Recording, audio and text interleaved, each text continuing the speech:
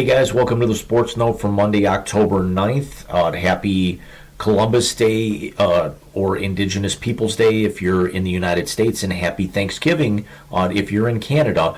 And we had probably the dumbest ending to a football game I think I have ever seen in my life this past Saturday. And it's definitely something you've all seen, you've all heard about it, and everyone's had their take, so I'm just going to pile on. And that's when Georgia Tech pulled off the most improbable upset in college football probably in the last 10 years with their upset over 17th ranked Miami. Now Georgia Tech is going to go to 3-3 after this game, again coming in at that point 2-3. Miami was 4-0 and now is 4-1, and Miami was ranked 17th at the time in the AP poll. They've dropped to 29th, and they completely fell out of the coaches poll. And then the ironic thing is that if you look at the ACC standings right now,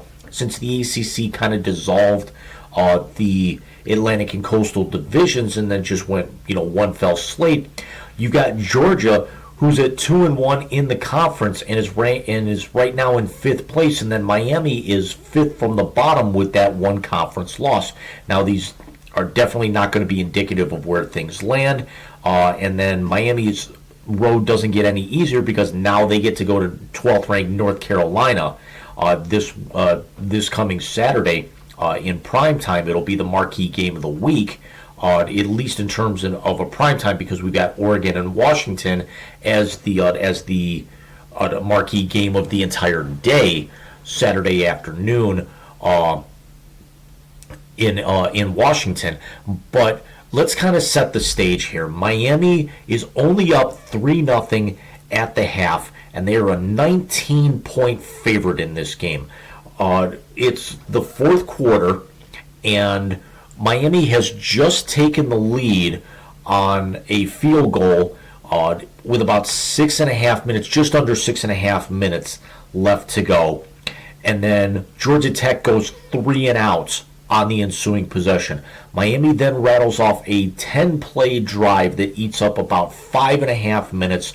There's about 30 seconds left to go. Georgia Tech has no timeouts remaining, and all they have to do is take a knee. Well, in a game that Miami was favored by 19, was only leading by a field goal with 6 minutes to go, only managed a single field goal in the first half, and then gave up, was actually down in this game to Tech, just actually starting the fourth quarter here. Georgia Tech took the lead with about a minute and change left to go in the third quarter, and then extended that very early in the fourth quarter with a field goal. So this was a 17-10 Georgia Tech game with just over 12 minutes left to go.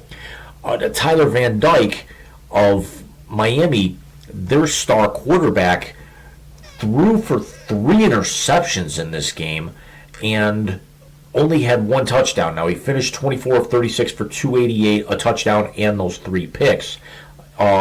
Haynes King of Georgia Tech did not have that good of a day either. 12 of 25, 151 yards, 1 touchdown, 2 interceptions of his own, and then rushed 10 times for 48 yards and a touchdown, and was their leading receiver. Here's also the other aspect of this. The leading receiver for Georgia Tech was a kid named Leary.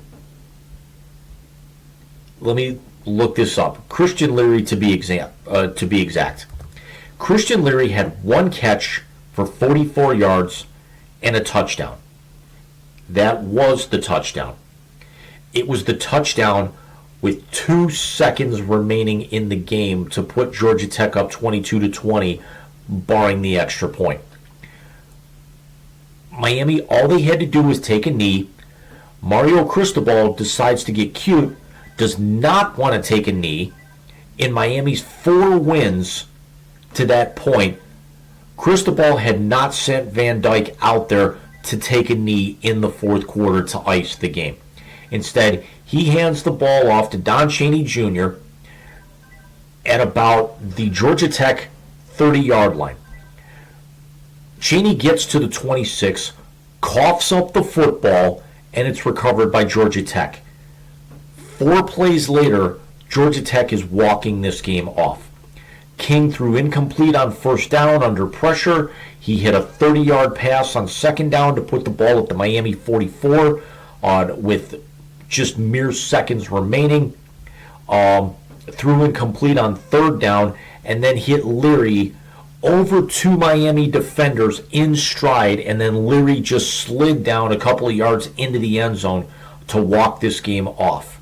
And after the kickoff, there was a touchback. Van Dyke threw a little 4-yard out, and then they tried to play the Stanford Cal, throw the ball, the rugby play, the schoolyard play. It got to about the 50-yard line, and then Miami coughed the ball up again for their 5th turnover of the afternoon, or evening at that point, depending on where you were watching the game. And just like that, Miami's going to go to a bowl, but Miami basically just shot their dreams of an ACC title in the foot. You've got Louisville at 3-0 in the conference, 6-0 overall. Florida State 3-0 in the conference, 5-0 overall. North Carolina 2-0 in conference, 5-0 overall. And don't actually count out Duke right now, whose lone loss was that walk-off loss to Notre Dame a few weeks ago. This is not a game that Miami should have lost. Not only has Cristobal not kneeled down to end the game in any of their wins, this was something, if you remember, he did this at Oregon and lost a game this way. So I don't know if he was trying to be cute. I don't know if they were trying to pad stats. I don't know what his thinking is. And yes, he actually admitted today, in his press conference, that it was the wrong call by him. He should have taken a kneel down. It's something that they work on in practice every week. But why couldn't he do that? This was still, game on the line, no timeouts. You could have run the clock out. And yet, instead of going to 5-0 and leaping yourselves into the top 15 with some of the ways that teams shifted around this week, you've actually dropped down basically to where you're lucky that there's some people taking sympathy for you with the votes that you get, with the 4 wins that you had prior to this. This is absolutely inexcusable. It is the worst way I may have ever seen to lose a college football game. Now, I'm going to actually sound a little bit homerish here, but I think the worst way I've ever seen an NFL game get lost was the infamous Dwayne Rudd game for the Cleveland Browns, where he threw his helmet off, got flagged, put Kansas City into field goal range, and then they ended up hitting a chip shot, to walk this one off. Georgia Tech was dominated in most aspects of this game. They only had 12 first downs. They were 5 of 13 on third down. They only had 250 total yards of offense. We talked about King's measure for the afternoon. The idea that Georgia Tech is a much better basketball school than Miami, even though Miami's had a lot of good success in recent years. Georgia Tech in college football is kind of an afterthought. They're lucky to get bowl eligible most years, but that's the other thing. Tech has not been to a bowl game since the 2018 Quick Lane Bowl, and then Minnesota stopped them in that game.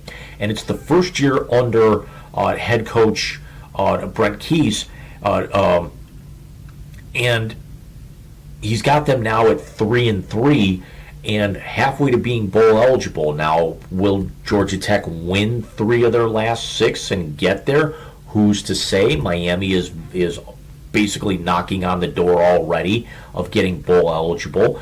But you have to think, even though it's not on the same stage in the same scenario, because the kneel down really wasn't a thing there so many years ago when this happened, but this has to start bringing up Joe Pisarcik memories of when this happened between the Giants and the Eagles back in the 70s, where Pisarcik handed the ball off instead of actually, kind of going down on his own or anything.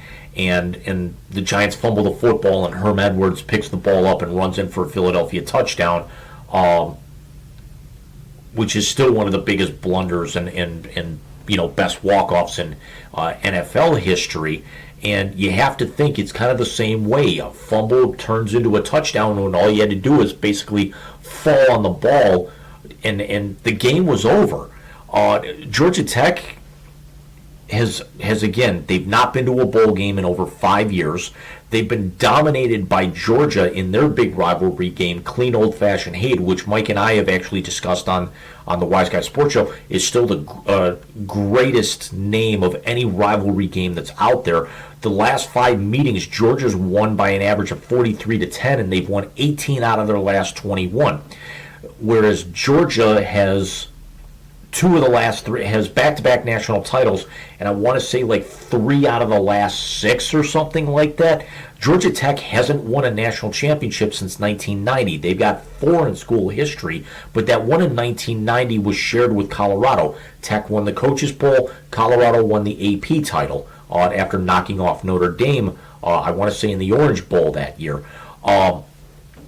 So it's going to be interesting if this is maybe a catalyst to be able to kind of get for Keys to kind of get Tech into where Duke is now, where like a North Carolina is, where they're not going to get to where Clemson was, but Clemson's now started to kind of crawl themselves back into the middle of the pack in the ACC. They're certainly not going to challenge for a conference championship with as much turnover as they had. We'll see if they can retool over the next few years and get back to national prominence like they are. But this is the kind of loss that sticks with you, and it's going to be very interesting to see that Miami has a team that they should have beat come into their house, limit things, make a bunch of their own mistakes, and lose a game like this with Tech basically walking it off the way that they did. And let's actually see if this translates to now Miami having this kind of deflating loss going into a red-hot North Carolina team on the road in prime time, where it's basically going to decide where the rest of their season is going. Are they going to be able to pull the upset on Carolina, or is Carolina going to get the win here and possibly move themselves into the top 10 and be breathing right down Florida State's neck? So let me know what you guys think. Is this the kind of thing that could be maybe the beginning of the end of Miami's season? Is it there already? Do you think Georgia Tech kind of uses this as a springboard? What do you think Miami does?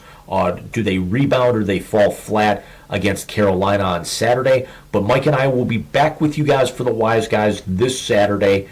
We just kind of needed a week off. We'll maybe touch on that at the very start of the show and gear up, because we're going to have a lot of ground to cover and not a whole lot of time to do it on Saturday night. So take care, and we will see you all very soon.